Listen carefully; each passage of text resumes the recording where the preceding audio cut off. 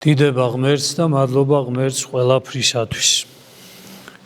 დღეს აღვასრულეთ ოთხშაბათის საკითხავი წმინდა ანდრია კრეტელი ეპისკოპოსისა.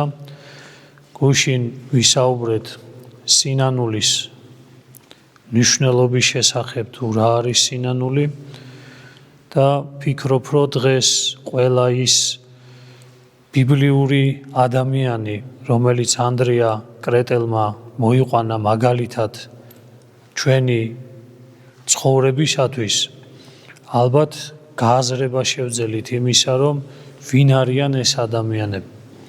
მინდა გითხრათ, რომ მთელი ბიბლიური ადამიანთა წყება, რომელიც ჩვენ მოგვეცა წმინდა წერილში, ყველანი ვართ ჩვენ.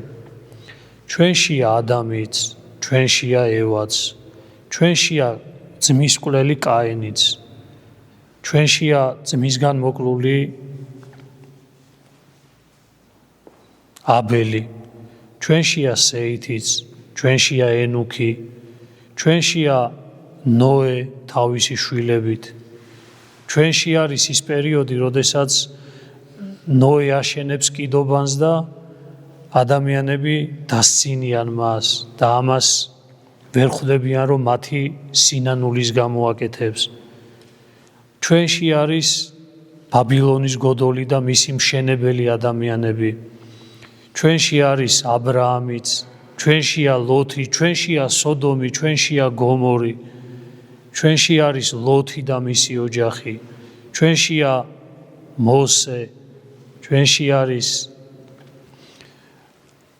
აარონი, ჩვენში არის ყველათაგანში საჯულები ეპოქა, ჩვენში არის მეფეთა ეპოქა, ჩვენში არის წინასწარმეტყველთა ეპოქა, ჩვენში არის იოანე ნათლისმცემელი, ჩვენში არის მოციქულთა მდგომარეობები, პეტრეცა ვართ ხან იუდაცა ვართ, როდესაც ჩვენ ყიდით, ისე იგი ქრისტეს საკუთარი ცოდვით.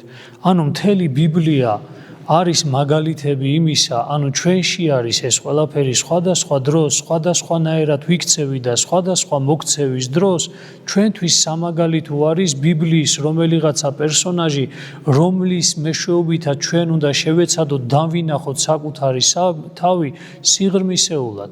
ანუ ღმერთმა როგორც დაინახა იმ დროს, იმ კონკრეტულ პიროვნებასთან მიმართებაში, როგორც გამოავლინა თავისი მოწყალება და გამოავლინა თავისი სიყვარული და აი ესეთად უნდა მოვიქცეთ ჩვენც, რომ ჩვენ რაც გუშინ ვილაპარაკეთ, რომ სინანულისკენ წავიდეთ, ანუ შევინანოთ ჩვენ, ისე იგი ჩვენი მხრიდან სინანულის აქტი აღვასრულოთ, რომ ღმერთმა შემდეგ როგორც ბიბლიურად გამოიხსნა სხვადასხვა ადამიანი და აცხოვნა, ასევე ჩვენც გვაცხოვნოს. ანუ დღეს მინდა ვისაუბროთ იმის შესახებ, თუ რა არის ღვთისნება. დღეს ჩვენ თუ ამას არ ვეძებთ, ზოგადად ქრისტიანი ადამიანი, რომელიც ღვთისნებას არ ეძებს, მაშინ ადამიანში არსებობს სამი ნება. ეს არის დემონური ნება, ანუ ზოგადად სამყაროში არსებობს დემონური ნება, რომელიც ბოროტნებასთან არის დაკავშირებული, საღვთო ნება, რომელიც სიკეთესთან არის დაკავშირებული და ადამიანური ნება, რომელიც ეგოიზმთან არის დაკავშირებული. ანუ მე საკუთარ თავში მხოლოდ და მხოლოდ მაშინ ვარ ქრისტიანი და მაშინ ჩემი სულიერი ცხოვრება მიემართება სწორად, როდესაც მე ღმერთის ნების მაძიებელი ვარ. ანუ დემონურ ნებას მე ვეუბნები უარს, რომ საკუთარი ეგოისტური ნებისაგან დავიცალო, რომ საღვთო ნების ანუ გავიგო საღვთო ნება, მივხვდე საღვთო ნებას და შემდეგ გავყვე მე საღვთო ნებას.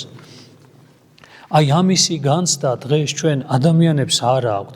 ამიტომაც დეზორიენტირებული არის ადამიანი და ჩვენ საკუთარი ეგოიზმის ნებაზე, ანუ საკუთარ ნებაზე დავდივართ, საკუთარ ნებასურვილზე დადის ადამიანი ეკლესიაშიც თუნდაც, ანუ ღმერთთან ურთიერთობს საკუთარი ნებასურვილი და ამაში ყველაფერში ეხმარება ადამიანს, თვითონ უნდა ეს თუ არ უნდა, როდესაც ადამიანი საკუთარი ნებით ცხოვრობს და საკუთარი ნების მოკვეთას არ ცდილობს საღვთო ნების გამარჯვების ხარჯზე, მაშინ აუცილებლად მასში დამხმარეთ მოდის დემონური ნება, რომელიც ასაზრდოებს და ასაზრდოებს ადამიანის ეგოიზმს.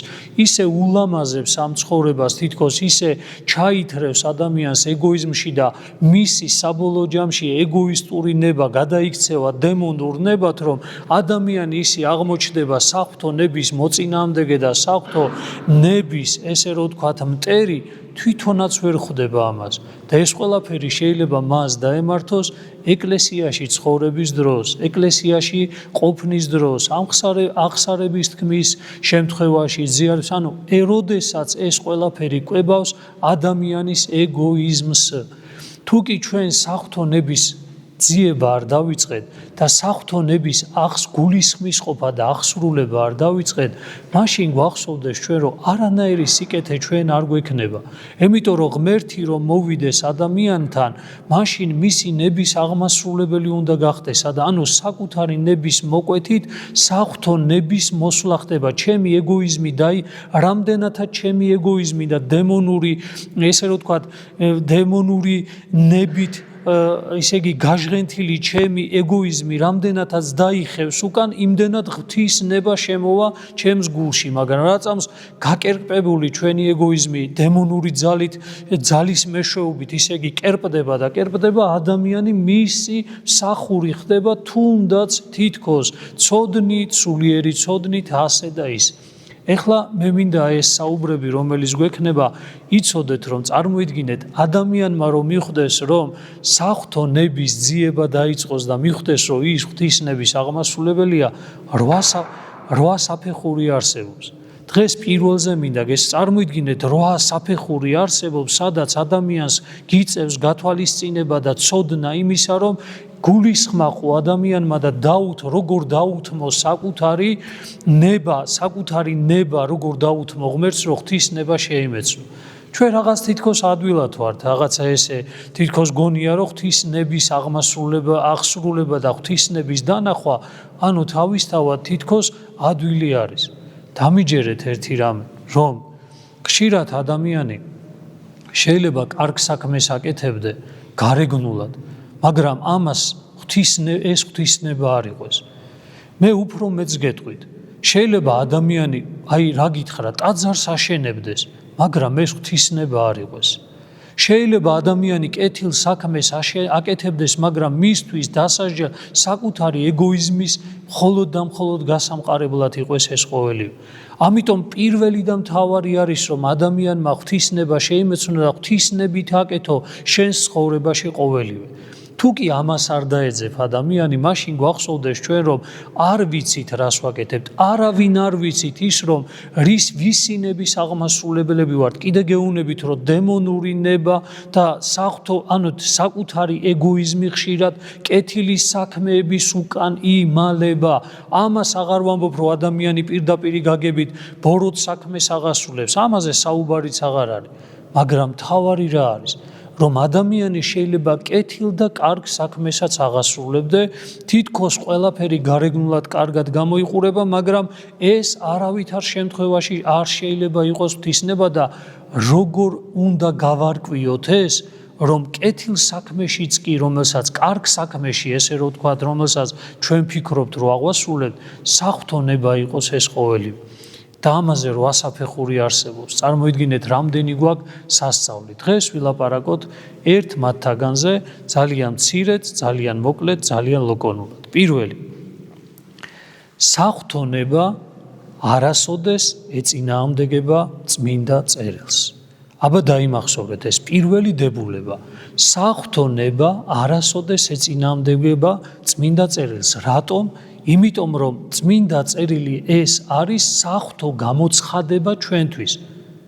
ეხლა ვსვავთ კითხვას, თუ კი ადამიანი ყოველდღიურად და მისი ცხოვრების განმავლობაში არ ეწაფება წმინდა წერილს, ყოველ შემთხვევაში ახალ აღთქმას და მასში შემავალ წიგნებს და აუცილებლად ძველ აღთქმასაც უნდა ეწაფებოდეს, იმიტომ რომ ჩვენში, როგორც გითხარით, ძველი ადამიანიც არის და ახალი ადამიანის შობის პროცესში ვარ და თუ ძველი ადამიანი არ მოკვდა, თუ ჩვენ ძველი აღთქმიდან არ დავინახეთ საკუთარი თავი, ძველი ადამიანი როგორ უნდა ნება მოიკვეთოს, რომ ახალი ქრისტიანი ადამიანი დაიბადოს, შეუძლებელია ეგრევე ადამიანი დაიბადოს ქრისტიანად.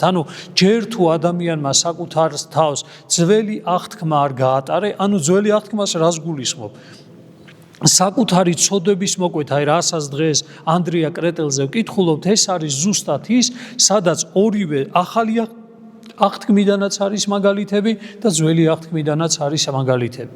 ვსვავთ კითხვას, ნახეთ, თუ კი ღმერთი და ღვთისნება არასოდეს არ ეწინააღმდეგება წმინდა წერილს და თუ კი წმინდა წერილი, ბიბლია მთლიანად ეს არის საღვთო გამოცხადება, ეს არის ის, რაც ღმერთს შეეძლო ჩვენთვის ეთქვა და თუ კი ჩვენ ამას არ ვკითხულობთ, ვსვავთ კითხვას, საიდან უნდა შევიმეცნოთ ისე იგი საღვთონება.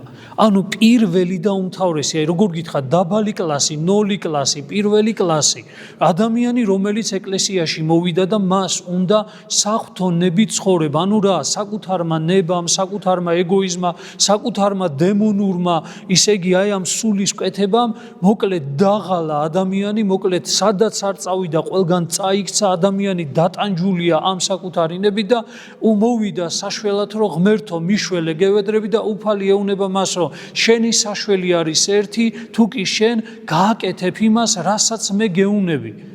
საღვთო მცნებები და წმინდა წერილი ეს არის მოქმედების, როგორც გითხარით, ის საშუალება, რომლითაც ადამიანი საკუთარ ეგოიზმს დაძლევს, დემონურ ძალებს განფანტავს საკუთარი გულიდან და საღვთო ნების აღმასრულებელი ხდება. რომელი ნებისა? რომელი საღვთო ნებისა? ვსვავთ კითხვას. სად გამომიცხადე უფალო შენი ნება? საიდან დავიწყო, რომ შენი ნების აღსრულება შევძლო? უფალი გეუნება, მე პირველ რიგში გამოგიცხადეთ თქვენ წმინდა წერილი. დაიწყე წმინდა წერილის კითხვა, რომ დამინახო და გამიცნო, ვინ ვარ, რას ვითხოვ და რა არის შენი ბედნიერებისთვის აუცილებელი, რა არის მცნებები. ბიბლიაში მოცემული მცნებები, ეს არის ჩვენთვის მოცემული სიხარულის ბედნიერების, რასაც ვეძებთ, შინაგანი თავისუფლების, სიყვარულის, შინაგანი სიხარულის მიღწევის საშუალება.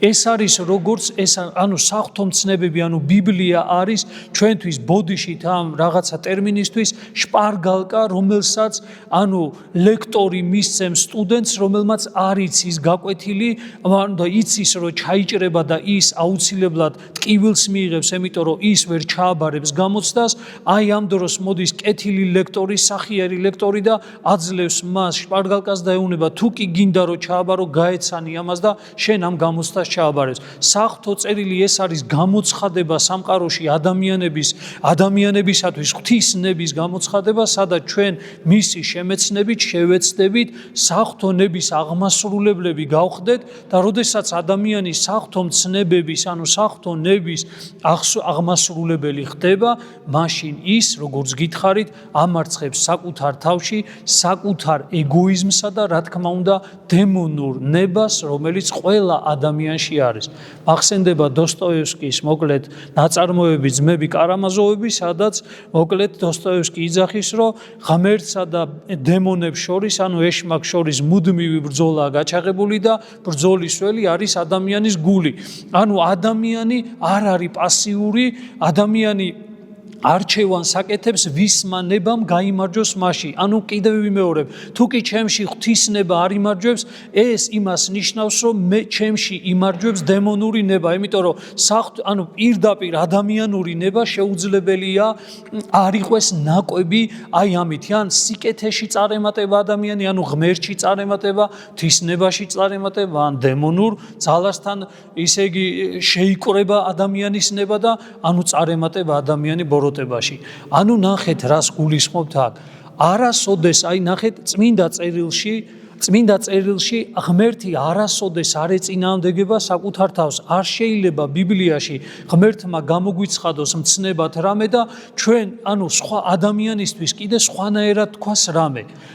ის რაც ბიბლიაში გამოგვეცხადა ღმერთმა, რა თქმა უნდა მისი ეგზეგეზა, მისი გამოცხადება, მისი ეკლესიას 2000 წლოვანი მოკლედ განმარტება წმინდა წერილისა, თავისთავად ეს არის საღვთო ნების მოკლედ გამოცხადება.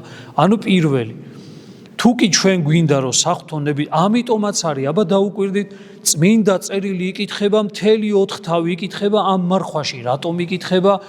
ძველი აღთქმიდან იკითხება, ისე იგი მწუხრზე, ჟამნებზე იკითხება ძველი აღთქმიდან, წინასწარმეტყველები, იკითხება მოკლედ ისე იგი შესაქმე, წინასწარმეტყველები და იკითხება იგავნი. იკითხება როგორც საწინასწარმეტყველო წიგნები, იკითხება როგორც ჯულდებითი წიგნები, ასევე იკითხება ზნეობითი წიგნები. იკითხება მთლიანად 4 თავი, იმიტომ რომ მთელი მარხვა ეს არის წმინდა წერილში ჩასვლა. რატომ? იმიტომ რომ ადამიანი თუ კი იღწვი აუცილებლად ღვთისნების აღმასრულებელი უნდა გახდე და ღვთისნება ეს თავისთავად არ მოდის თუ კი ადამიანი წმინდა წერილში მას არ ეძებ.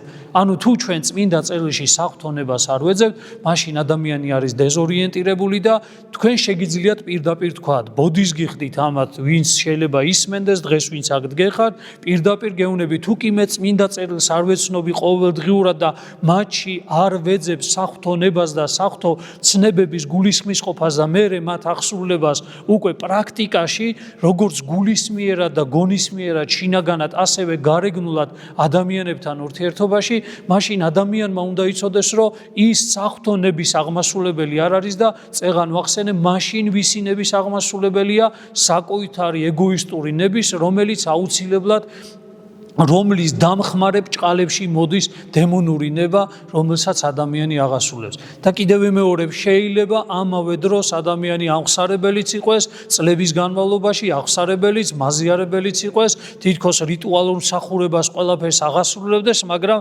საღვთო ნების აღმასრულებელი არ იყოს. ეს ძალიან სამწუხარო რეალობა. ამიტომ ქრისტიანი ადამიანი ყოველთვის ცდილობს და უნდა ცდილობდეს, რომ საღვთო ნება აღასრულოს, წმინდა წერილში ეძებოს საღვთო ნება. იმიტომ რომ ღმერთი საკუთარ თავს არ ეწინააღმდეგება იესო ქრისტე გუშინდა დღეს და იგი თავადი არს უკუნისამდე.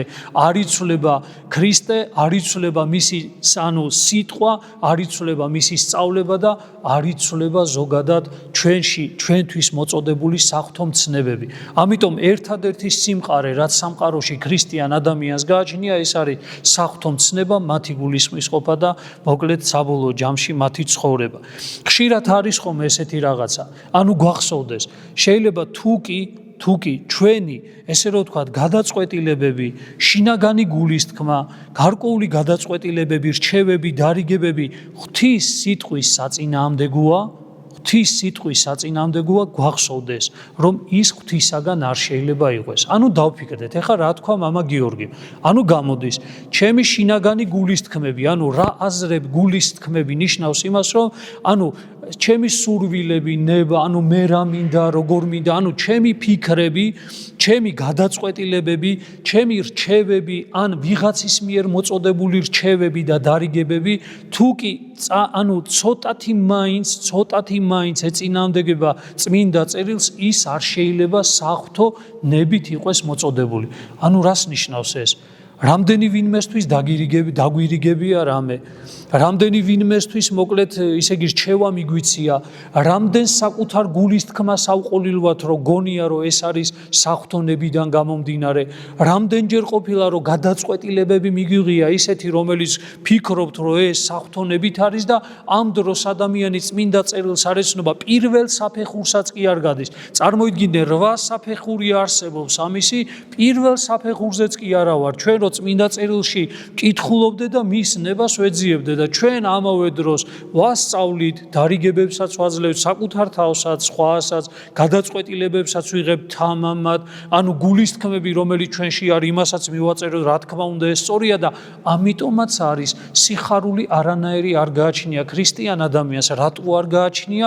იმიტომ რომ საღვთო ნების აღმასრულებელი არ არის. შენ ხარ ეკლესიაში, შენ ხარ ტაძარში, მაგრამ ამავე დროს სამწუხაროდ ამავე დროს ტკივილი გაქვს რატომ? იმიტომ რომ სიხარული არ გიქნება თუ კი საღვთო ნების აღმასრულებელი არ გახდები, იმიტომ რომ ეს არის საკუთარი თავის იძულება, ეს არის საკუთარი თავის დამდაბლება, ეს არის საკუთარი ეგოიზმის წინააღმდეგ წასვლა, დემონური ნების, ნებისგან განშორება და დემონური ნების განგდევნა საკუთარი შინაგანიდან და ეს არის ძალიან რთული პროცესი, ეს არის ძალიან მტკივნეული პროცესი, მაგრამ სასიხარულო ეს არის. როდესაც შენ მიხვდი და როდესაც იძახი, მე მივხვდი, მე საღვთო ნება უნდა აღვასრულო ეხლა.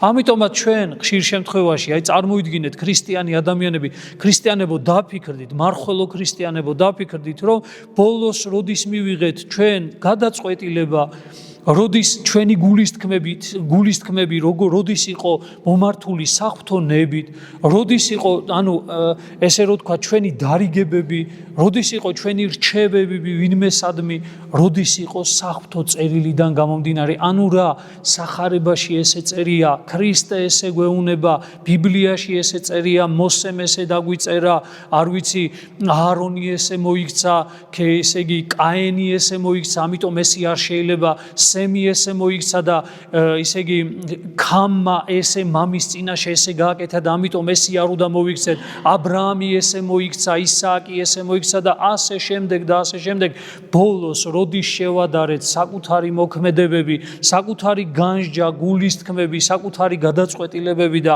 რჩევა დარიგებები, როდის შევადარეთ წმინდა წერილს, ალბათ არ გაგვახსენდება ესეთი რაღაც.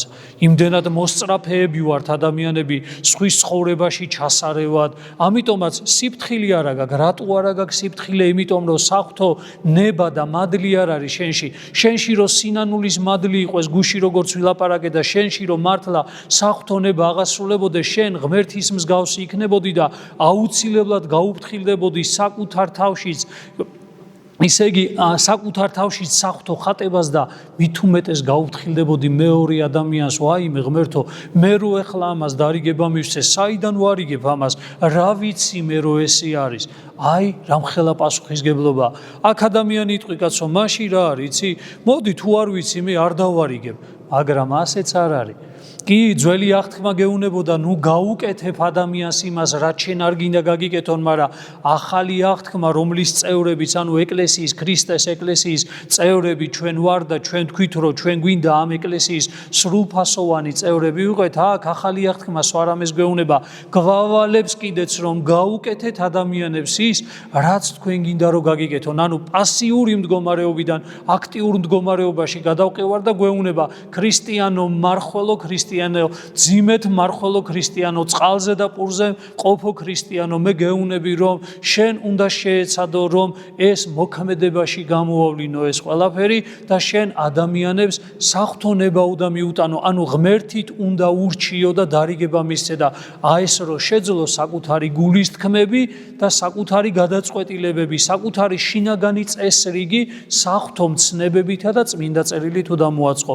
ეხლა დაფიქრდით ყველანი, როდის გავაკეთეთ, როდის ვაკეთებ ჩვენ ამას, როდის ვადარებთ იმას, რა ვთქვა, რა არა ვთქვა, რა ვიფიქრო, რა არ ვიფიქრო ჩემში, რა ისე იგი რა განწყობები მაქვს ადამიანში ჩემში, როდის შევადარეთ საღვთო წერილს.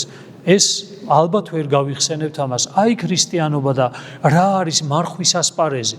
ახლა ვიღაცა მეტყვის, ეხლა თუ ამას არ ასრულებ ადამიანი, თუ ამას არ ასრულებ, იდექი შენ და წყალზე და პურზე იყავი, იდექი შენ არაფერი არ ჭამო, ისე იგი გამოიცალე ძალები ყველაფერი, თუ კი ამას თუ შენ იმას არ ჭამ, იმიტომ რომ წმინდა წერილში სულ ხორცი მოაუძლურო, რომ სული წამოვიდეს წინ და სულმა დაიწყოს მისი მოქმედება, რომ საღვთო წერილში და ჩაეფლოს და საღვთო ნება გამოითხოვოს მისგან, რომ გამონთავისუფლდეს ის რაღაცა ფიზიკური აქტიურობისაგან და სული იქნეს გამოგვიძებული, მაშინ მითხარით, სვავთ კითხვას, აბა რისთვის ვაკეთებთ ამას? როგორ ფიქრობთ თქვენ, ვინმე სჭირდება ჩვენი შიმშილი, ღმერთს სჭირდება ჩვენი ტანჯვა, ეკლესიას სჭირდება ადამიანის მოკლედ, ისე იგი ვერ ჭამდეს და ისე იგი ესე დაფარფატებდეს არა. ღმერთი გვეუნება ასეთ რამეს, რომ შენ თუ კი ამას აკეთებ, ეს შენ გჭირდება იმისთვის, რომ შენ უფრო მეტად სულიერმა სულიერი მდგომარეობა წამოვიდეს წინ და შენ მთავარი შეძლო, რა შეძლო რომ წმინდა წერილს, რომელსაც მარხვის განმავლობაში განუწყვეტელად კითხულობ, მასში შეეცადო დაეჩვიო. მთავარი რა არის? ეს კი არა მარტო 40 დღე კი არა, იქნებ ისწავლო წმინდა წერილი ცხოვრება, რომ დამთავრდება მარხვა და აღდგომას იზეიმებ, შენს გულში აღდგომილმა ქრისტემ დაგაწყებინოს ცხოვრება ზუსტად ესე, როგორადაც მარხვა გაიარე. ვიღაცას გონია ხოლმე რომ მარხვა ეს არის რაღაცა პერიოდი, რა თქმა უნდა განსაკუთრებული პერიოდია, მაგრამ ამ განსაკუთრებულ პერიოდში ჩვენ იმიტომ ვართ მობილიზებულები, რომ შემდეგ იგივენაერად გავაგრძელოთ. გვახსოვდეს ერთი რამე, მარხვა ეს არ არის, ისე იგი ბოროტებაზე უარის თქმა, ბოროტებაზე უარი უნდა თქვა ადამიანმა წელიწადის ყოველ დღეს, ხსნილია ეს თუ მსგებსია თუ მოკლედ ისე იგი მარხვა არის. მარხვა ეს არის, რაც თავისთავად არის კარგი, მაგრამ ადამიანს შეგიძლია მასზეც უარი თქვა, იმიტომ რომ უნდა მოვიცალო სხვა რაღაცისადვის. აი ზუსტად პავლე მოციქული იძახის, რომ ნუ განეშორებით ურთიერთას ცოლ-ქმარს ეუნება, განეშორებით ურთიერთას გარნა ხოლო შეთანხმებითა, რათა მოიცალოთ ლოცვისათვის. ანუ ეუნება რომ განა ერთად ყოფნა ცოლ-ქმრისა ცუდია, მაგრამ შეთანხმდით რომ უფრო უკეთესისათვის მოიცალოთ, ანუ ლოცვისათვის მოიცალოთ, მოღვაწეობისათვის მოიცალოთ, მეტანიისათვის მოიცალოთ, ანუ სული უფრო მეტად დატვირთული იყოს თქვენი გონება წმინდა წერილით და მისი ნების, ანუ საღვთო ნების შემეცნებით. და თუ კი ადამიანი ამას არ აკეთებს, ისმის კითხვა დანარჩენი ყველაფერს, რასაც ფიზიკურად შეიძლება ჩვენ ვიხვწვიდეთ, რისთვის არის ეს? საბოლოო ჯამში ხვდებით რომ ჩვენ გვინდა, რა თქმა უნდა, ჩვენ გვჭირდება, მაგრამ გვჭირდება ამისთვის. ანუ თავისთავად ჭამა არ ჭამაში რაიმე სათნოება კი არ არის, იმიტომ რომ ეს რომ სათნოება იყოს, მაშინ გაგრძელდებოდა ზეცაში. ზეცაში ჭამა არ ჭამა არ არის. ანუ აქ ადამიანი ჭამა არ ჭამით ანუ იკლებ ამ ყველაფერს ერთი რამის მიზეზით, რომ წმინდა წერილში მთავარს დაუთმო საკუთარი თავი, საკუთარი სული, ანუ სულმა დაიწყოს განთავისუფლდეს ყოველდღიური საზრუნავისაგან. მაგალითად, როდესაც ხსნილში შენ საჭმელზე ფიქრობ რომ ეს მოვამზადო, ის მოვამზადო, ნაირნაირი შეიძლება სხვადასხვა იმის პირველი, მეორე, როგორც არის, ხო, ოჯახებში ცუდად არ ვამბობ, ხო, რაღაცა საზრუნავი, აბა რა, ოჯახი თუ კი შრომობს, მე იმში ნაშრომს, რა თქმა უნდა მიიღებს, მაგრამ ნახეთ, თუ კი შენ რატო შვები იმას, რომ მარხვა რა არის? მარხვა ეს არის, რომ ეს საზრუნავი გაწიო, დრო, ანუ ის დრო, რა დროსაც შენ უთმობ აი ამას, რასაც აკეთებ, გამომდინარე აქედან დაუთმო სხვა რამის კეთებას. რა არის ეს სხვა რამე? სხვა რამის კეთება ეს არის ზუსტად წმინდა წერილის კითხვა, მასში გულისხმის ყოფა, ლოცვა, იესოს ლოცვას დაუთმო ადამიანმა, ანუ საკუთარი გონება, საკუთარი სული გამოანთავისუფლო, გასუფთავდეს, განიწმინდოს, რომ შეძლოს საღვთო ნების შემეცნება და შეძლოს მადლის მიღება, რომელსაც ჩვენ გუშინ ვილაპარაკეთ, ქვია სინანული. ანუ აი ეს არის ასპარეზი მარხვისა. თუ კი ჩვენ ამას, აი წარმოიდგინეთ, თუ კი ადამიანი ამას არ აკეთებ, თუ კი ადამიანი ამით არ ხარ დაკავებული, არ აქვს მნიშვნელობა, ეხლა გაზაფხულია, თქვა, სოფელში ვარ, შეიძლება ადამიანი ბაღში საქმეს აკეთებდე, მაგრამ არ დაგავიწყდეს. იქ აკეთებ ამას ილოცე, უცებ გაჩერდი არის, მოკლედ რაღაცა წმინდა წერილის პატარა ისინიც არის, ზოგ შემთხვევაში ტელეფონებშიც არის, უცებ რაღაცა გაჩერდი, 5 წუთი დაუთმე წმინდა წერილი წაიკითხე, ანუ განსაკუთრებულ რეჟიმზე გადადი წმინდა წერილში და მოკლედ საღვთო ნების შემეცნებაში. თუ ადამიანი ამას არ აკეთებ, აი მითხარით, დაფიქრდით უბრალოდ, აბა წარმოიდგინეთ საკუთარი თავი ღვთის წინაშე დააყენეთ და ეუნებით, უფალო, შენ დამავალე და მითხარი, რომ ანუ იმიტომ დამავალე რომ გინდა თუ არა შენ წყალი და იმას ქენი წყალზე და პურზე იყავი და აი ესე მძიმეთი მარხულეო. არა, მე ვიღებ საკუთარ თავზე.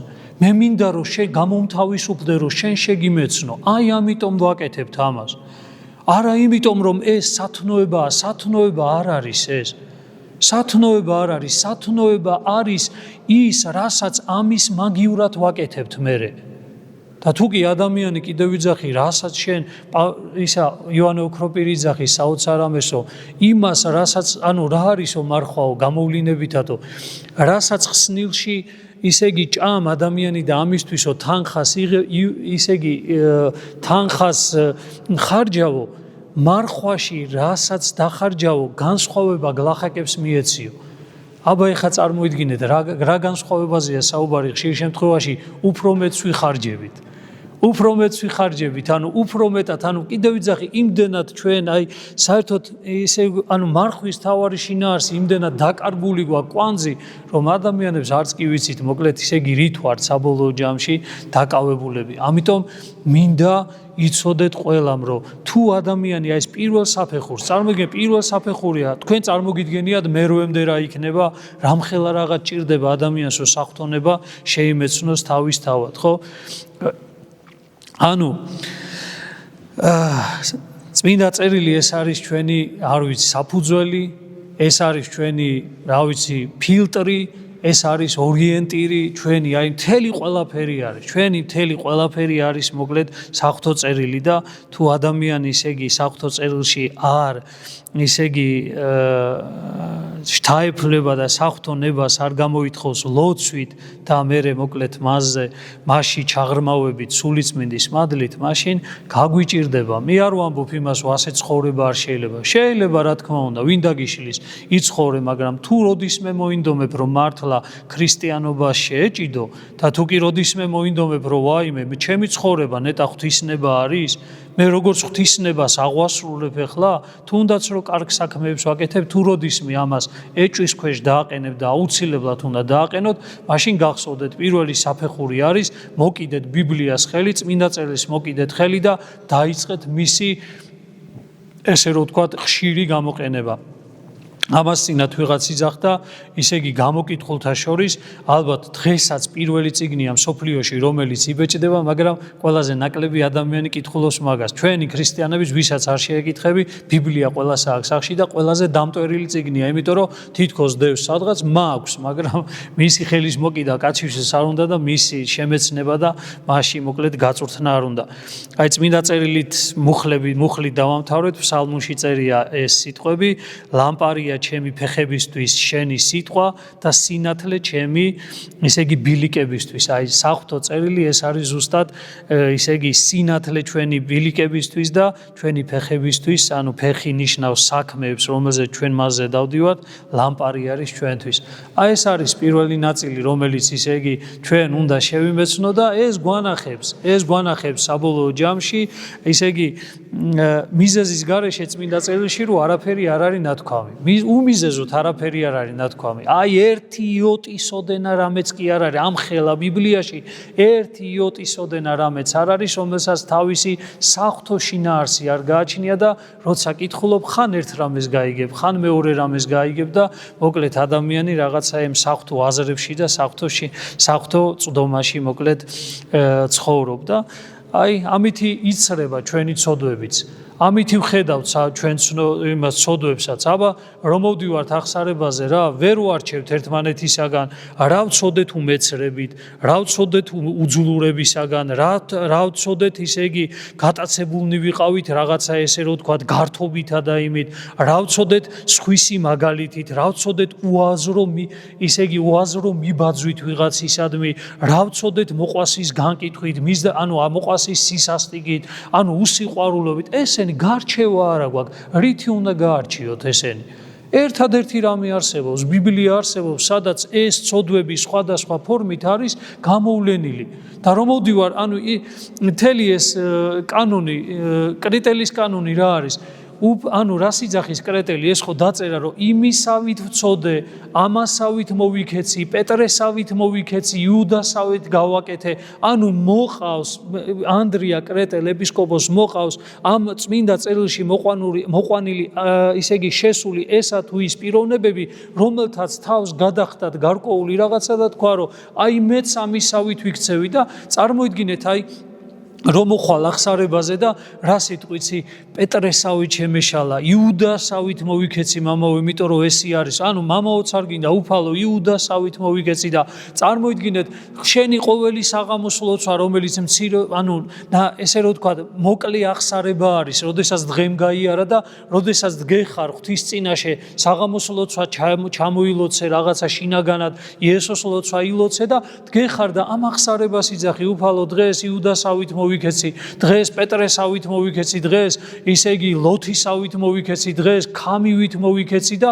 ასე შემდეგ კაენივით ძმა მოვკალი ისე, იმიტომ რომ არ დავინდე გავლანძღე ვიღაცა და რა საოცარი არის მართლა ეს დასტური იქნება შინაგანი, რომ სული მდგომარეობა და შეფასება ადამიანისა მისი მოქმედებისა არის საღვთონებიდან გამომდინარე და არ არის საზღვარს გადასული, არც საკუთარი თავის ზედმეტად გაჭყლეტვა, რომ აი შეესეთო შეისეთო, რომელიც სასოწარკვეთილებაში აგდებს ადამიანს და არც მეორე მხარე, რომ ისე იგი ანუ ღმერთი სიყვარულია და ყველაფერს გვაპატიებს მაინც და რა მნიშვნელობა გვიცხოვროთ ისე როგორ ცხოვროთ. ანუ ცხონება აღესრულება სასოწარკვეთილებასა და ღვთის უშიშრების შუა. ანუ ეს შუა ნაწილი რა არის? შუა ნაწილი არის საღვთო ცნებების შემეცნება წმინდა წერილში და საკუთარი თავის განხილვა და ხედვა საღვთო ცნებების იმხედვით, რომ აქ შეიძლება ითქვას, რომ საღვთონება მოქმედებს ადამიანშიც და მის ცხოვრებაშიც. და აი ამ დროს შესაძლებელია მხოლოდ და მხოლოდ ადამიანში შემოვიდეს აი ზუსტად გუშინ ნათქვამი სინანული, ადამიანში მართლა რეალურად მოვიდეს სიმდაბლე, ადამიანში მოვიდეს სიხარული შინაგანი, ადამიანში მოვიდეს სიყვარული, თავისუფლება, იმიტომ რომ ბრძანებს წმინდა წერილი შეიმეცნეთ ჭეშმარიტება და ჭეშმარიტება გაგანთავისუფლებთ თქვენ. ღმერთმა ამისი ძალა მოგცეს ყველას. ღმერთმა წმინდა წერილში წრთომის ძალა მოგცეს, მისი კითხვისა, მისი შემეცნებისა და საღვთო მადლი მოგვანიჭოს სინანულის სახით, რომ მონანული ადამიანი შეძლებს მხოლოდ და მხოლოდ წმინდა წერილში მის უდიდეს შრეებისა და მისი საოცარი, მოკლედ ამოუწურავი, ისე იგი ესე ზღვისა, რომელიც მადლის ზღვისა, რომელიც შიგნით არის, მის შემეცნებას და მის დანახვას. აი ეს არის სიხარული ქრისტიანი ადამიანისა და მორწმუნე ადამიანისა, რომელიც ამარხვაშიც უნდა განვახორციელო და შემდეგ ჩვევად გვექცეს და მოკლედ მთელი ცხოვრების მანძილზე ამას აღვასრულებდეთ. მშვიდობიან ღამეს გისურვებთ ყველას, ღმერთმა ძალა მოგცეთ ყველას ერთად მოგცეს, მოკლედ რომ ეს მარხვის ასპარეზი გამლოთ სათნოთ ღვთისადმი და ღვთის ნების აღმასრულებელი შევიქმნათ. ამინ.